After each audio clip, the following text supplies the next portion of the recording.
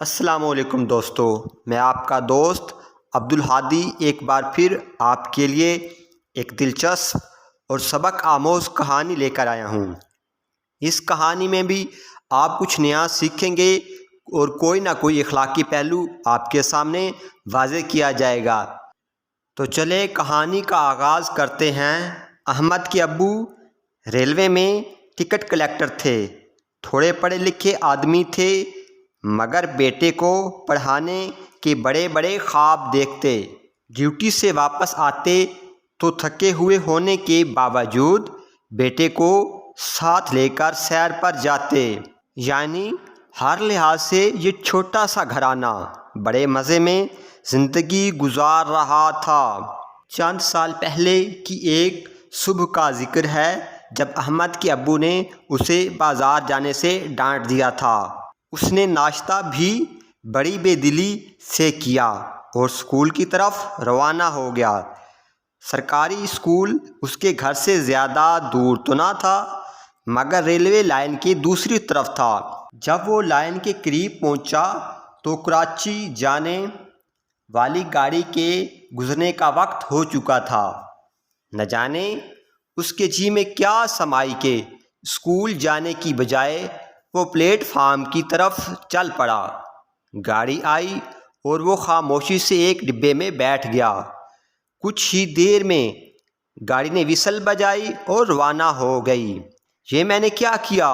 اس نے سوچا۔ پہلے تو صرف اخبارات میں ایسی خبریں آیا کرتی تھیں کہ بچہ والدین سے ناراض ہو کر گھر سے بھاگ گیا ہے، ہر وقت پڑھنے کا کہتے رہتے ہیں۔ اسی طرح سوچتے سوچتے اس نے سیٹ سے ٹیک لگائی اور اونگنے لگا۔ خاصی دیر ایسے ہی گزر گئی کہ اچانک کسی نے اس کے کندھے پر ہاتھ رکھا۔ اس نے ہڑبڑا کر آنکھیں کھولیں اور پریشانی سے ادھر ادھر دیکھنے لگا۔ بچے، تم کس کے ساتھ ہو؟ اچانک ایک ملائم سی آواز نے اسے خیالوں کی اس خوفناک دنیا سے باہر نکالا۔ ٹکٹ چیکر کو دیکھا تو اس کی جان میں جان آئی۔ جب وہ قریب آیا تو احمد نے کھڑے ہو کر اسے سلام کیا اور بولا، چچا جی، میں دلاور محمد کا صاحبزادہ ہوں۔ وہ پنڈی والی لائن پر ٹکٹ چیکر ہیں۔ اچھا، بیٹھو تم۔ کیا حال ہے تمہارے ابا جی کا؟ بھائی بڑے دنوں سے ملاقات نہیں ہوئی، تم کدھر اکیلے؟ وہ چچا کے گھر جا رہا تھا، کراچی امی کو لینے۔ احمد نے فوراً بہانہ گھڑ لیا۔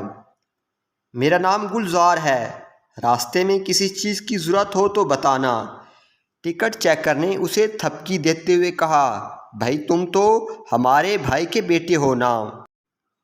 آخر گاڑی جب کراچی کینٹ پہنچی تو پلیٹ فارم پر کان پڑی آواز سنائی نہ دیتی تھی۔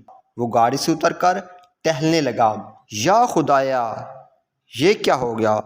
میں نے گھر سے بھاگ کر کتنی بڑی غلطی کی ہے۔ کیا آپ میری پیاری امی بھی میری جدائی میں رو رو کر ایسے ہی ہو جائیں گی؟ وہ ایسی ہی باتیں سوچ رہا تھا کہ اتفاق سے چچا محمد گلزار پھر سے سامنے آ گیا۔ وہ ایک بیگ اور اپنی ٹوپی ہاتھ میں پکڑے ہوئے تھا۔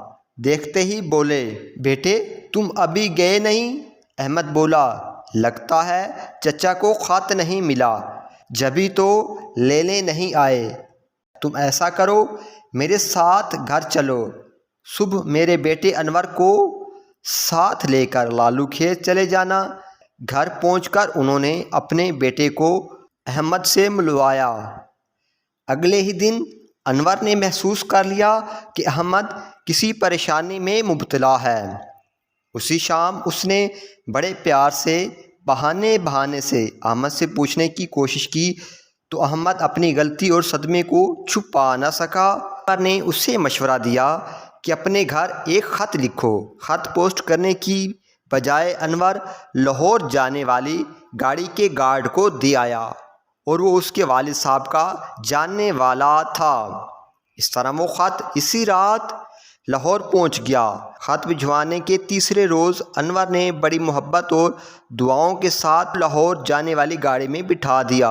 اسے رہ کر یہ خیال ستا رہا تھا کہ اگر اس کے امی ابو نے اسے معاف نہ کیا تو پھر اس کا کیا بنے گا، وہ کدھر جائے گا۔ اس لیے جیسے جیسے گھر قریب آ رہا تھا اس کی ہمت جواب دیتی جا رہی تھی۔ اس نے خط میں اپنے ابو کو لکھا تھا کہ میں اپنی غلطی پر بہت شرمندہ ہوں، میرا دل بہت اداس ہے، مگر شرم کے مارے میں آپ کا سامنا نہیں کر سکتا۔ گھر میں موجود درخت کی کسی ٹہنی پر ایک کپڑا باندھ دیں تو مجھے اندازہ ہو جائے گا کہ آپ نے مجھے دل سے معاف کر دیا ہے اور آپ کی محبت کو دوبارہ پانے کے لیے مجھے گھر آنے کی اجازت ہے۔ میں آئندہ کبھی ایسا کبھی نہیں۔ اس کی دعا نامکمل رہ گئی کیونکہ اس کی نظر اچانک گھر پر پڑی۔ او میرے خدایا، اس درخت کی کسی شاخ پہ بھی کوئی ایسی جگہ نہیں ہے جہاں رنگ برنگ کے کپڑے نہ لہرا رہے ہوں۔ اب اس کی آنکھیں سوائے اپنے آنسوؤں کے کچھ دیکھ ہی نہیں سکتی تھیں۔ اسے یوں لگا کہ اللہ تعالیٰ نے اس کے منہ سے نکلی ہوئی دعا کو قبول کر لی ہے، کیونکہ وہ مالک نہ صرف دلوں کے بھید خوب جانتا ہے بلکہ غلطیوں کا احساس بھی دلاتا ہے اور معافی بھی دیتا ہے۔ جیسے ہی احمد گھر گیا اس کے والدین نے اسے خوشی خوشی معاف کر دیا۔ دوستو، آپ نے دیکھا کہ والدین کی خوشی رب کی خوشی اور ان کی ناراضی اللہ تعالیٰ کی ناراضی ہوتی ہے۔ جس طرح انور نے بڑے پیار سے احمد کے دل و دماغ میں یہ پیغام بٹھایا تھا، اسی طرح ہم نے بھی یہ خیال رکھنا ہے کہ اپنے والدین کی خوشی اور ان کے احترام کا خیال رکھنا ہے اور کوشش کرنی ہے کہ انہیں کبھی ناراض نہ کریں۔ اگر ہم انہیں ناراض کریں گے تو پریشانی اٹھائیں گے، اور اگر ان کے احکامات کی پیروی کرتے رہیں گے تو ہمیشہ اللہ ہم سے خوش رہے گا اور ہمیں پریشانی سے بچاتا رہے گا۔ اور ہاں دوستو، آپ نے میری کہانی کے بارے میں اپنی رائے کا اظہار ضرور کرنا ہے۔ کہانی پسند آئی ہو تو اسے لائک کر کے شیئر ضرور کریں۔